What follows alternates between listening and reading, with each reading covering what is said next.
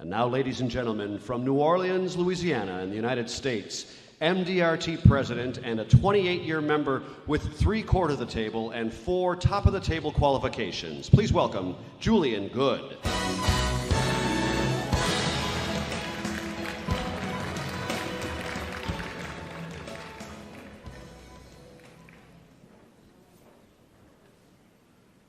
We had a great morning, didn't we?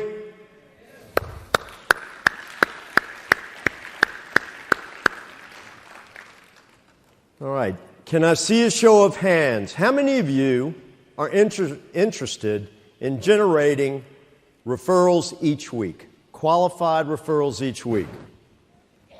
Good. Well, then you've come to the right place, I hope. Today I'm going to share with you how you can consistently receive qualified referrals each and every week. The key is building long-term relationships with other influential advisors. Notice I did not say centers of influence. There is a difference. Centers of influence do not necessarily give advice. An influential advisor is a person who fulfills the role of giving advice to others. Big difference. So, an influential advisor is the advice giver. And these are the people that you have to build and cultivate relationships with. So, just who are prospects that can fill this role?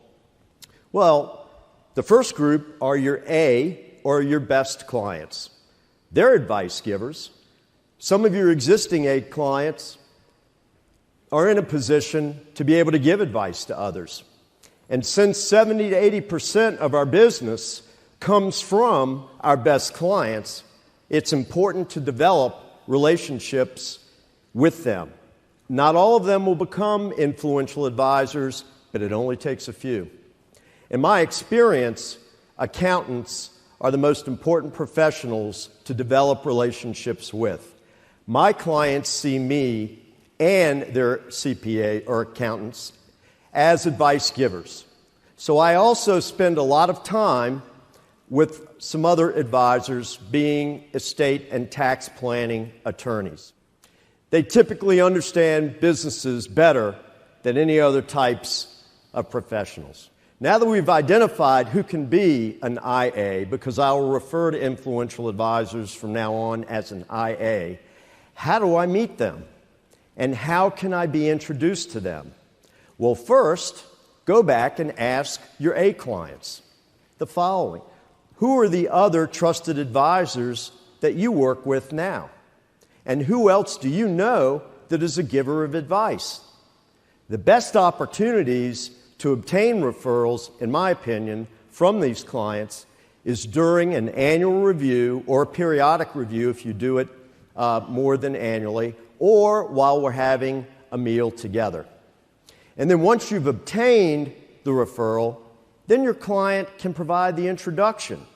They could call or they could write a letter to that referral on your behalf.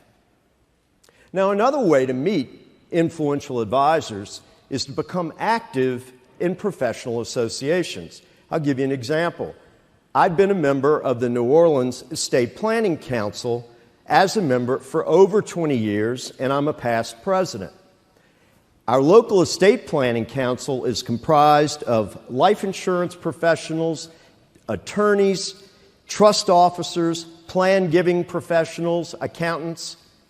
I mean, all I have to do is show up at each of our dinner meetings. That's all I have to do, because at that point I will talk to existing advisors that I know, and I get to meet new ones as well. My weekly activity of 10 to 15 appointments per week keeps me very visible. I know that if I maintain this activity throughout the year, it will consistently produce 100 to 150 cases per year and still allow me plenty of time to work with those influential advisors.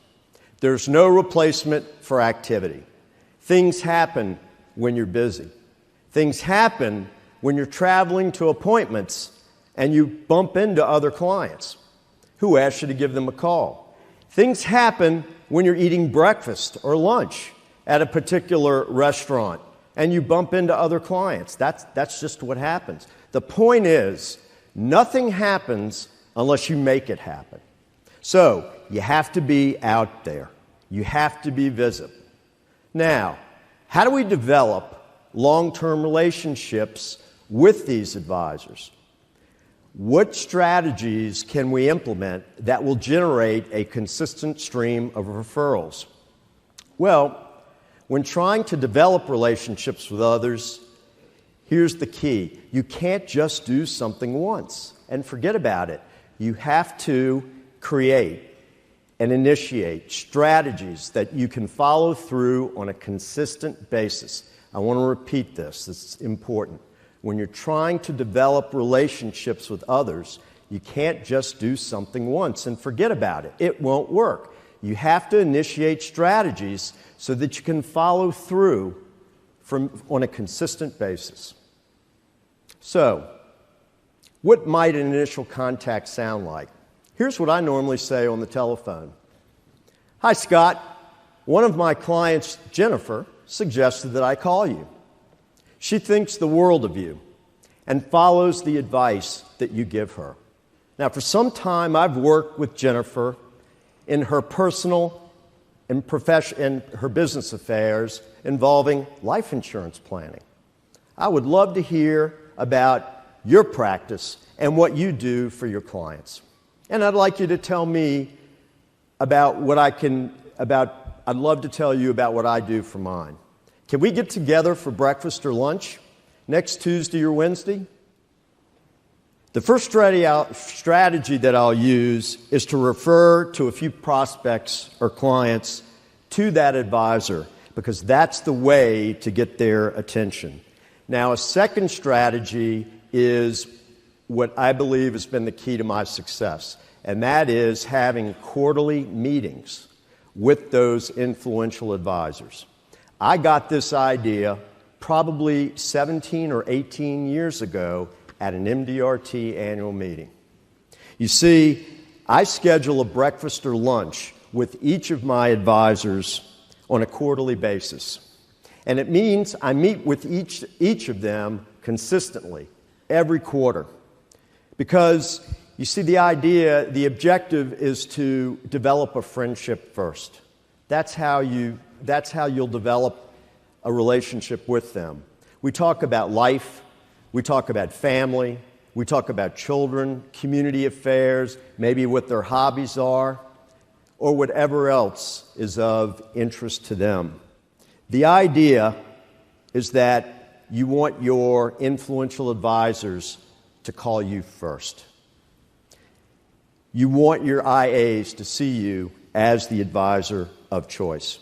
And of course, one of the strategies that you should use is to always call your influential advisors on their birthdays. Remember, you're one of the only people that your clients and advisors hear from on their birthday. Now, imagine you've done this for 2 or 3 years. Don't you think that those IAs will be thinking, this person really does care about me? So, the idea is you have to consistently do it. Put it on your calendar. Make sure. Because you have to bear in mind, it's going to take 2 to 3 years for this strategy to work. It just is. It does not happen overnight. However, this has been the single best referral generation idea that I've ever had. Try it, and I'll tell you why. Because no one else does it in your community. No one. No one will ever do anything on a consistent basis. That's pretty much proven. I know no one in my community does it on a consistent basis. Now, a third strategy is to email or mail by post some articles of interest. This is a great way to keep your name in front of influential advisors. So how should we ask for referrals? How do you do it? Well, here are a few ideas that work for me. The first thing I'll want to ask an advisor is, which of your clients do you find easiest to work with? Easiest to work with. because they all have clients that they don't like and that they don't enjoy working with. You see, I want to know how the advisors developed their natural markets and what their clients' typical needs are. You see, it's important, and again, you guys write this down. You need to find out as much from these advisors. Find out as much as you can about their client base so that when you make referrals to them, you can make a quality referral to them, someone that they probably will enjoy working with. Now, another idea is to develop actual profiles of the types of clients that you would like to target and to discuss these with your advisors. Here's an example of a business owner that I'd like to be referred to. Here's an idea, or here's an example of a profile. Guy, I enjoy working with business people who are 35 to 60 years of age. They are either the owner or a partner in their firm, and their earned income should be in excess of $250,000 US per year. They may have a need for business continuation planning or succession planning, or they may have business insurance questions. Which of your clients fit this description? The key with profiles is to make them very specific, but you need to make them very simple as well, because I will tell you, they work, because they act as prompting tools. What questions can generate referrals from those influential advisors? Well, here's an example. Mickey, who depends on your emotional and financial assistance today? And what about in the future? You want your advisors that you work with to answer those questions. Because your clients, when you talk to them, you would tell them, your clients face the same problems you do. Which of your clients are facing similar issues today? Here's another. Naomi, who do you trust? Who do you go to for advice? Here's another. Tony, if you and I traded places today, who are the first 3 people or businesses that you would call, and why would you call them?